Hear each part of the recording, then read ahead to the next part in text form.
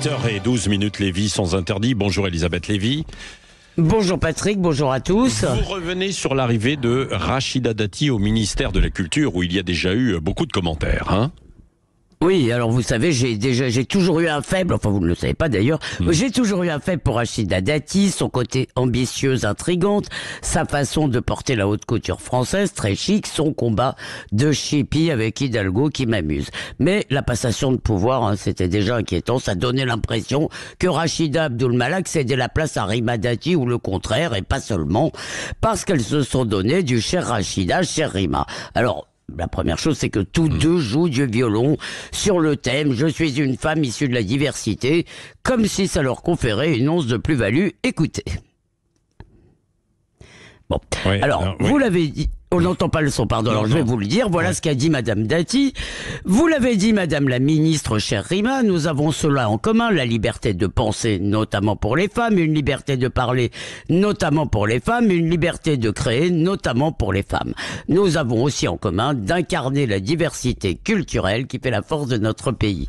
Alors, citons aussi les propos lunaires de Rima Abdul-Malak tenus sous le regard énamouré des patronnes de l'audiovisuel public Delphine Ernotte et Sybille Veil, face à la désinformation, à la simplification trop fréquente de la pensée, a-t-elle dit, suivez mon regard, elle salue le service public de l'audiovisuel dont, dit-elle, les équipes travaillent avec rigueur en toute indépendance, la bonne blague.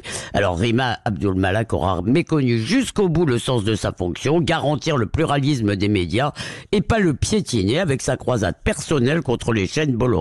Or, pourquoi je parle de cela? Parce qu'en public, Rachida Dati professe la même admiration pour le service public. Elle avait déclaré que France Inter, ça fait partie du parcours républicain des Français. Bon, votre dossier est un peu léger là quand même, Elisabeth Lévy. Pas tant que ça, parce que en réalité, ça témoigne d'une soumission idéologique au gauchisme culturel. Alors, Rachida Dati n'y croit même pas, elle ne veut pas être tricarde sur France Inter, c'est tout.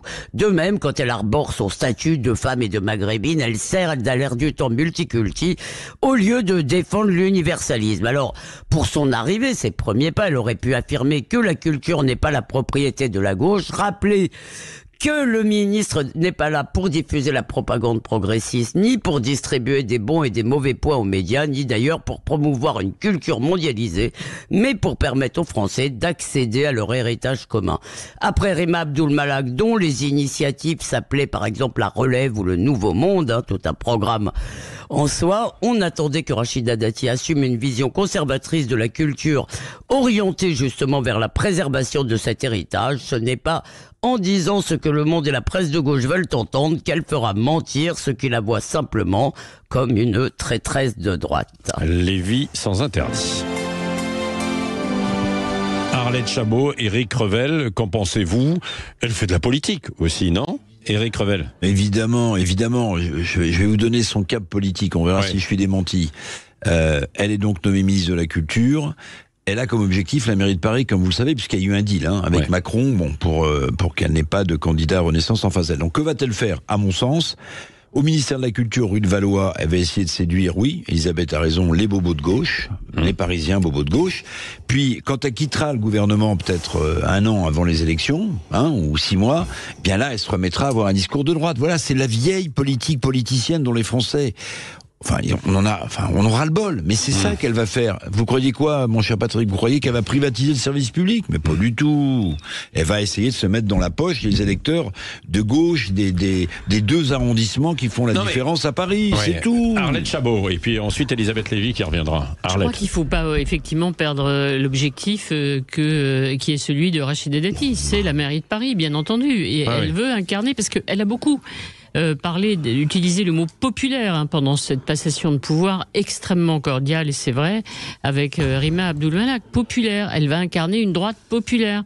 Elle a rappelé qu'elle avait appris à lire les grands classiques grâce à des bibliobus dans sa banlieue, qu'elle a fréquenté les maisons de la culture chères à André Malraux, et que c'est comme ça qu'elle avait progressé. Donc elle va incarner une droite populaire, et la droite populaire, ainsi la culture populaire, elle la vole aussi à la gauche, parce que c'était ça la gauche, c'était la culture populaire, Théâtre National Populaire, le TNP, donc elle récupère le côté populaire, et ça c'est plutôt malin, et puis les décisions qu'elle prendra, évidemment, elle jettera un œil sur Paris avec beaucoup d'intérêt. Bon, Elisabeth Lévy, est-ce que vous êtes convaincue par ce que viennent de dire Éric Revel? Tout à fait, je suis plutôt sur la ligne Revel, je dois dire. Ça ne m'étonne pas. C'est-à-dire, comment non, mais peut-être. Alors Arlette, allez-y, expliquez-moi.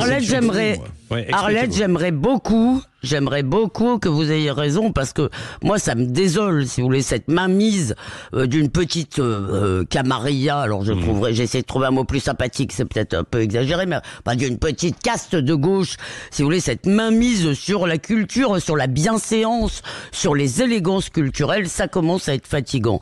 Et si vous voulez, on n'a pas besoin d'innovation, de chantier ceci, de relève de nouveaux mondes. On a au contraire besoin, si vous voulez, aujourd'hui, alors c'est peut-être pas vrai à toutes les époques, d'une conception conservatrice de la culture. C'est-à-dire que notre problème aujourd'hui, c'est de préserver et de faire accéder à l'héritage. Et franchement, les premiers pas de Dati, on a vraiment l'impression qu'elle donne des gages. Maintenant, peut-être que Arlette a raison, et je serais ravi que ce soit le cas. Oui, parce que il faut le dire aussi, Éric Revel, le monde a changé aussi, bien sûr. Et Rachida Dati, elle ne peut pas mener une politique de la culture des années, d'il y a une vingtaine ou une trentaine d'années. Elle est obligée de s'adapter en fait au nouveau mode, probablement, au mode de communication, au changement, la façon dont les gens pensent en fait aujourd'hui. Est-ce qu'il y a des gens qui veulent que le monde évolue, bien sûr. Donc Elisabeth dit il faut conserver, d'accord, il faut conserver, mais il faut évoluer aussi, quoi, non ?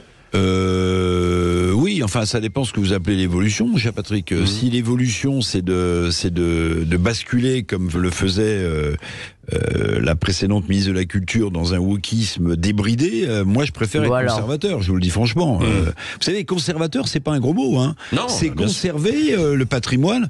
Stéphane Bern est un conservateur quand il défend le patrimoine. Donc, si c'est pour basculer dans ce genre de fossé, pardonnez-moi, je suis plutôt un conservateur progressiste, mais dans conservateur progressiste, il y a conservateur. Ouais. Moi, vous voyez, ce qui m'intéresse, c'est que quand Notre-Dame brûle, qu'on la reconstruise, vous voyez, pratiquement à l'identique, c'est mon point de vue. Bon, après, vous avez raison, l'évolution, voilà. Mais si vous voulez, il faut arrêter avec ces mots qu'on balance à la face des gens. Même Macron, révolution, il demande à ses ministres au premier conseil d'être des soldats de l'an 2. Non, mais on va voir, tiens, qu'est-ce que vous entendez par la révolutionnaire? Les soldats de l'an 2. Et Emmanuel Macron qui doit s'exprimer demain soir, on verra s'il y aura révolution à l'Élysée ou pas. Sylvain Maillard aussi sera l'invité de Jean-Jacques Bourdin tout à l'heure à 8h30. C'est le patron du groupe Renaissance à l'Assemblée nationale. Mais dans un instant, Éric Revel et Arlette Chabot reviennent. Et puis vous pouvez nous faire part aussi de vos témoignages, de vos réactions. 0826 300 300 sur Sud Radio.